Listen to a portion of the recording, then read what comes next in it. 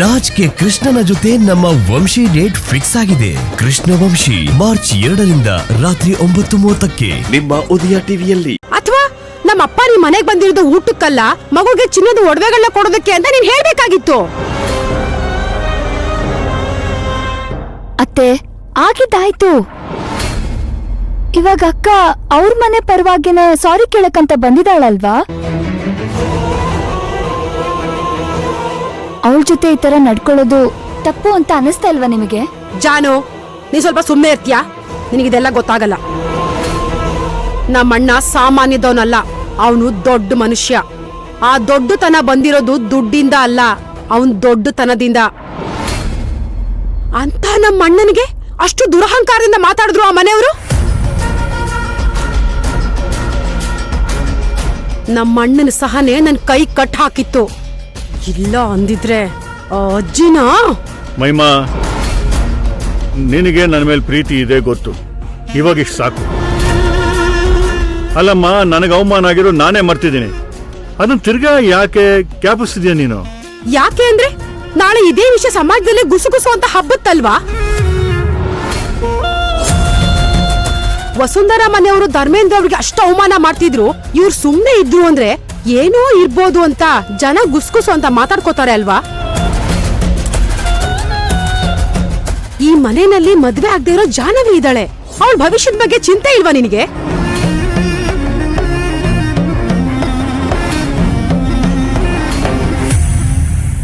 ಈ ಅವಮಾನದ ನೆರಳು ಅವಳ ಮೇಲ್ ಬಿದ್ರೆ ಅವಳ ಯಾರ್ ಮದ್ವೆ ಆಗ್ತಾರೆ? ಮಮ್ಮಿ, ನಾನ್ ಮದ್ವೆ ಆಗ್ತೀನಿ.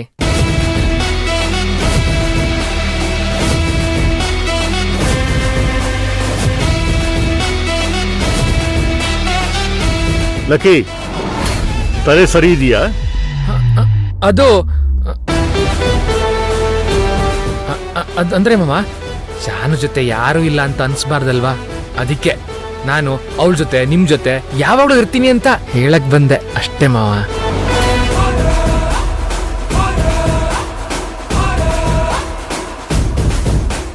ಅಣ್ಣ, ಲಕ್ಕಿ ಈ ಮನೆ ಹುಡ್ಗ.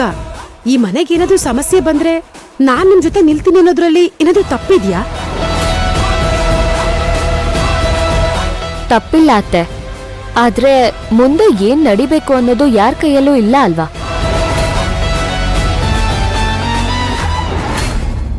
ಅದು ದೇವ್ರಿಗೆ ಮಾತ್ರ ಗೊತ್ತಿರುತ್ತೆ, ಮನುಷ್ಯರಿಗಲ್ಲ.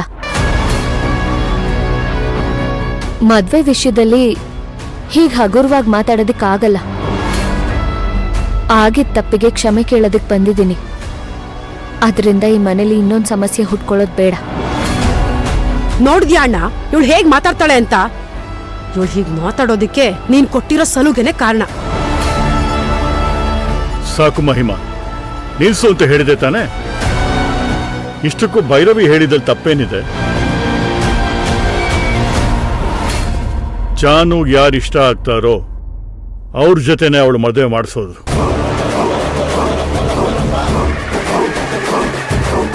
ಭೈರವಿ, ಬಾಮ್ಮ, ಊಟ ಮಾಡೋಣ.